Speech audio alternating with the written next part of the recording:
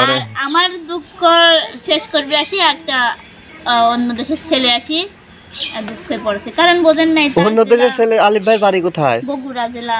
ও এখানে থাকে আপনার সাথে? আমার সাথেই থাকে, আমার জন্যই তো থাকে। কতলের কত কথা শোনা লাগে। না না শুনলে কি, আমি নিজেকে অপরাধী মনে করি, কারণ আমার জন্যই মনে করেন ওর এরকম দরদোষ হয়েছে। একটা ভালো মেয়ে বিয়ে করলে পরে সেই মেয়েকে ওর বাসায় নিয়ে যেত না, বাড়ির থুই তো ওর জড়ি থাকতো আলাদা, বুঝেন নাই? সেখানে আমি একটা অসহায় মেয়ে, সেখানে আমাকে হৃদয় আবেগ, হৃদয়ের কথা বলে। লতাপুর জীবনে এর আগে অনেক কষ্ট গেছে, তো এখন আবার বর্তমানে সুখ এতটাই চলে আসছে দেখেন। লোকের সহ্যই হয় না, বুঝেন নাই? সহ্য হবে কেমন করে দেখেন। আমি দেখছি ভাইয়া, ছেলে মানুষ অন্তত কোনো বাজে কমেন্ট করে না, কিন্তু কিছু কিছু মহিলা আছে হ্যাঁ ওদের একটু হিংসা হয়, এটা আমি তো বুঝি। ওদেরই টান লাগে। আর কেনই বা টান লাগবে না? স্বামী হয়ে স্ত্রীকে মুরগি কাটতে সহযোগিতা করে, রান্না বান্না করতে সহযোগিতা করে, আর এমন কয়জন করে আপা বলেন? সেটাই তো। অনেকেই হিংসা করবে আপনাদের ভালোবাসা থেকে, ঠিক আছে? এরও কিছু মনে করার দরকার নাই। আপনি কি মানে প্রফেশনাল নাকি মুরগি কাটায়? না সেরকম প্রফেশনাল না। আপনাকে দে মনে হচ্ছে প্রফেশনাল, এলাকে বলতেছি। আপনি ছেলের বিয়ে রান্না করার জন্য নিয়ে যায়? তাই? আমার তো বাচ্চা পোলাপন হয় নাই এখনো। হয় নাই, হবি তখন। ও আচ্ছা আচ্ছা, দোয়া করেন, দোয়া করেন। দোয়া অবশ্যই। এক সময় তো হবি। হয় নাই, এক সময় হবি নি। কখন আবার মনে করেন যে আব্বা ডাক শুনবেন না। আব্বা ডাক শুনবো না? লতা আপুর কথা শুনলে আমার শুধু শুধু হাসি পায়। কাদা চাপে না আপনার না কাদা চাপি কে? আব্বা ডাক মানে কিছু মানে আপনারা তো আবার মনে করেন যে কিছু নাই করতে হবে, টাইটেলে বেহাতেরা জিনিস লেখা হয় যায়, বুঝেন নাই? না না এরকম কোনো জিনিস পাইছে না আমার। আপনারে বুঝেন নাই, কিছু কিছু লোক আছে দেখতে কথা নাই কতি রাইকি মেগি ওসব অন্যান্য জিনিস লেখা। না না ওটা তাদের বিষয়, আমি এসব বাজে কাজ ভাই করি আপনি না। একা একা মানে আপনি তো একা একা আছেন না, আমি সবার একা থেকে একাই আলাদা হয়ে চলি, গেছেন নাকি? মানে সবাই সবার মতো আলাদা হয়ে গেছি, সবাই এখন যার যার মতো কাজ করতেছে। আসলে ভাই আরে আপনার ভিডিও করে দিলে মায়ের কাছে সুদা না না গায়ে হাত দিতে পারে নাই বুঝছেন। ডিটেল। আচ্ছা ভাই আপনার ওই যে আপনার খালার ফালের সাথে দেখলাম ঝগড়া লেগে গেছিল, গুচ্ছগ্রামে গেছিলেন, ওই বদমাসটা কি করছে জানেন?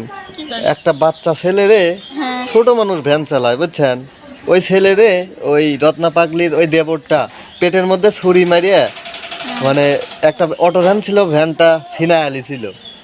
তো এটা প্রতিবাদ করার মতো কেউ নাই। অনেক ইউটিউবারই তো যায় রত্না পাগলির ওইখানে, মানে কেউ কিন্তু তুলে ধরতে পারে না ওইটা, ঠিক আছে না? পাশাপাশি কিন্তু পুলিশ প্রশাসন জানে আর সাংবাদিক মিডিয়া জানে না, এই একটা কথা বলেন তো। সবাই জানতো, কেউ যায় নাই। আমি গেছিলাম, আমি ওইটা তুলে ধরছিলাম। একটা বাচ্চা ছেলের পর শিশু নির্যাতন, বোঝেন নাই? শিশুর উপর নির্যাতন হয়েছিল, আমি প্রতিবাদ করেছিলাম। এই জন্য ওই ছেলে আমার সাথে ঝড়কা লাগায়, ওর আম্মু আছে, আরো সোহান না কে যেন আছে বলে, সবার নাম বলে, বুঝছেন? এই একটা মাত্র কারণে ওদের ওইখানে আর যায় না আপু। না আমি তো জানাবো তো রত্নার খালা যে আন্টিটা অনেক ভালো, কারণ আমি গেছিলাম তো।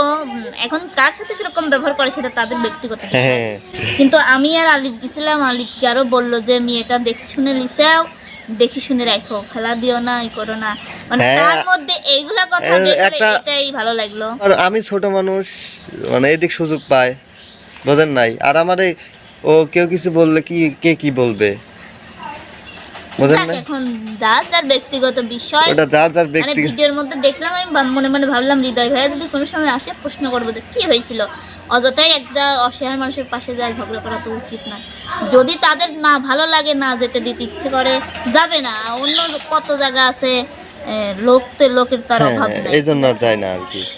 আর ওদেরকে খাবার কিছু কিনে দিলেও টিকে রাখতে পারে না, যা কিনে দিই মানে নষ্ট করে ফেলে দেয়, মানে বোঝে না ও তো। না না আপু আপনি জানেন না, আমি নিজে প্রমাণিত, ওইখানে নষ্ট করে ফেলে দেয় খাবার। কেউ যে খাবার চায় হয়তো আপনি ওই খাবারটা অন্য কেউ আত্মসাৎ করে, এখন বুঝে নেন গাকিটা। দেখ যে যার খাবার নিজেকে থাকে সেই হ্যাঁ। আর ওদেরকে খাবার খাওয়ায় কেমন করে জানেন?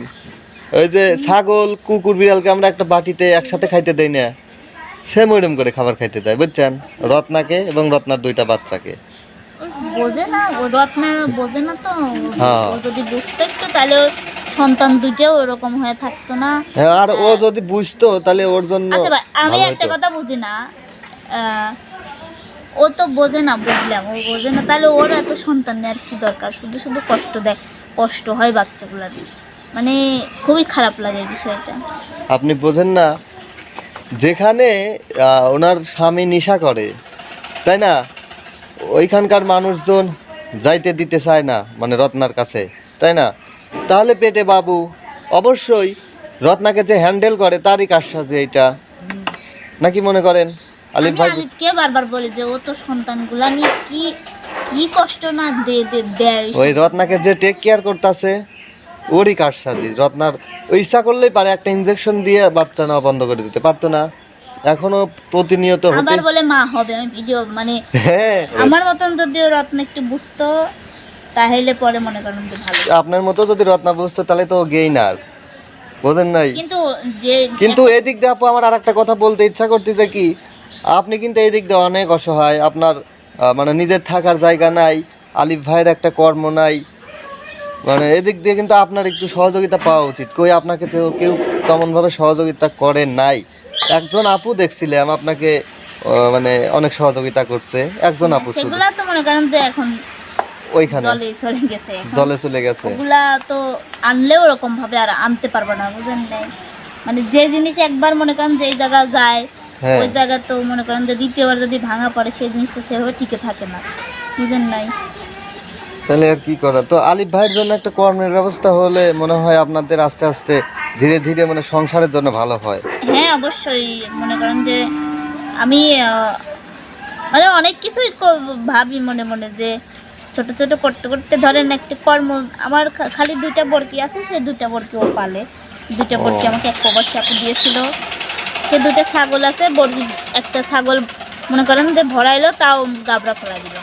একটা মেশিন হলে পরে ওর পক্ষে ভালো হয়ে যায়। কি মেশিন? ওই যে সেলাই করে, আমি তো ওসব মেশিন। কার জন্য? আলিফ ওগুলো তো করছে, ঢাকায় থাকতে হতো। ও আলিফ ভাই, আপনি মেশিন, সেলাই মেশিনের কাজ জানেন? বাহ, সুন্দর তো, তাহলে তো ভালোই হয়। ঘরে বসে থেকে মানে দুইজনে একসাথে কাজ করবি, আপনিও কিন্তু শিখতে পারবেন, পারবেন না? আমি এগুলা শিখতে পারবো। আপনি শিখতে পারবেন, শিখে রাখা ভালো। হ্যাঁ শিখলে শিখবো। আপনাদের জন্য এটাই ভালো হবে, দুইজনে এক কাজে বিজি থাকতেন, বুঝছেন?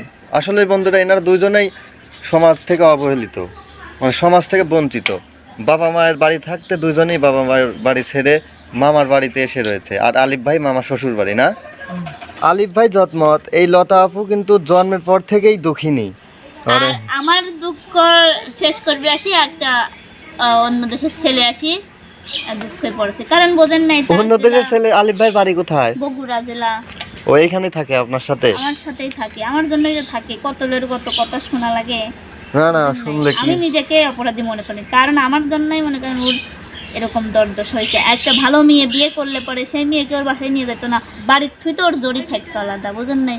সেখানে আমি একটা অসহায় মেয়ে, সেখানে আমাকে বিয়ে করতে, আমাকে মনে করেন যে আমার কাছ থেকে সরানোর জন্য কত লোকের চাহিদা থাকে, কত লোকের কত কী থাকে।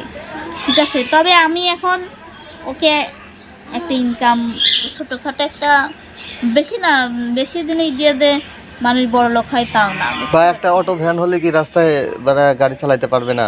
না, গাড়ি ঘোড়া অন্য দেশে ভাই না দেওয়াই ভালো, বুঝেছেন? যত আচ্ছা। চেনে জানে না, এত ভালোবাসা না? মনে করেন যে কিরা কোনে কি করে দিবি, তখন ওর বাবা মা কে করে দিবি। বাড়িতে বসে কাজ করাটাই better। যে কি আমার তো বলেন? কাজ পারে, ওটা আমার মা, বুঝতে পারছেন? ও আলিফ ভাই, আপনি পারবেন তো শিওর? ও পারে, সব পারে, লজ্জা করি করি না তো। ও আচ্ছা, না না, কাজ পারলে লজ্জার কোনো বিষয় না, কাজ তো কাজই। কাজ কখনো ছোট না, হ্যাঁ, কাজ কাজই হয়। তো অনেকক্ষণ ধরে আসলাম, আপনার ছেলেকে কিন্তু এখনো দেখালেন না। আপনি দেখবেন, মানে ওয়েট করতে বলেন, বুঝতে পারছেন? ও আচ্ছা। এত তাড়াতাড়ি দেখলে তো হচ্ছে না, ছেলে দিব অবশ্যই দিব। আসলে বন্ধুরা দেখেন, লতা আপু কেমন যেন দুষ্টামো করতেছে, অনেকক্ষণ ধরে বলতেছি ছেলেকে দেখবো, ছেলেকে দেখবো, অথচ ছেলেকে দেখার জন্যই আসছি, এখনো দেখালো না। দেখেন এই যে কি পাগলামি শুরু করে দিচ্ছে দেখেন, মানে খাওয়া দাওয়া করি তারপর ছেলে দেখেন। রান্না করতেছে, খাওয়া দাওয়া করাবি, তারপরে ছেলেকে দেখাবি, তাছাড়া ছেলেকে দেখাবে না। এইরকম পাগলামি করলে চলবে আপু? আপনি তো নিজেই গরিব মানুষ। গরিবটাই কি হয়েছে, হয়তো অর্থের থেকে গরিব আছি, মনের থেকে না, বুঝতে পারিস না না, সেটাই সেটাই।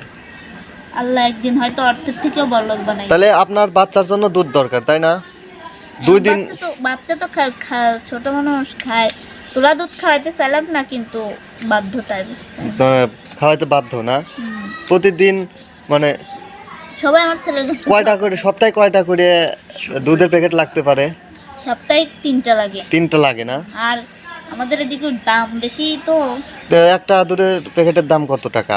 ছোট প্যাকেট 320 টাকা। 320 টাকা হইলে তাহলে 3টার দাম হচ্ছে 960 টাকা, তাই না? আর যাওয়া আসা গাড়ি ভাড়া খরচ কিছু লাগতেই পারে। এই মোট প্রতি সপ্তাহে 1000 টাকা লাগবে আপনার ছেলের দুধের জন্য, না? হ্যাঁ, সমস্যা নাই, আমি আছি তো আমার ছেলের জন্য, আমি আছি, নিজে না খাই সন্তানকে মানুষ করব। অনেক কথা শুনছি, কারণ যারা আমাকে ভালোবেসে দেয় তারা আমাকে কিছুই বলে না, কিন্তু যারা দেয় না তারাই এমন এমন ভাষা দিয়ে গালি দেয়। হ্যাঁ, ওইটা বাদ দেন। আমার এই যে খুব ভাই, খারাপ লাগে, এর জন্য আমি যে কাজ করি মানবিকতার কাজ করি, তাই না? আমাকেই মানুষ অনেক খারাপ কথা বলে, অনেক নোংরা কথা বলে, আমি তারপরে কিছু মনে করি না। যাক, যে ভালোবাসা, যে ভালোবাসবে মন থেকে, সে হ্যাঁ। এমনি বলবে যে হৃদয় তুমি লতার ছেলেকে এটা দিয়ে আসো, ঠিক আছে? এটাই। লতা আপুর কথা শুনে খুব ভালোও লাগে, আবার খুব কষ্টও লাগে। কি করব এখন?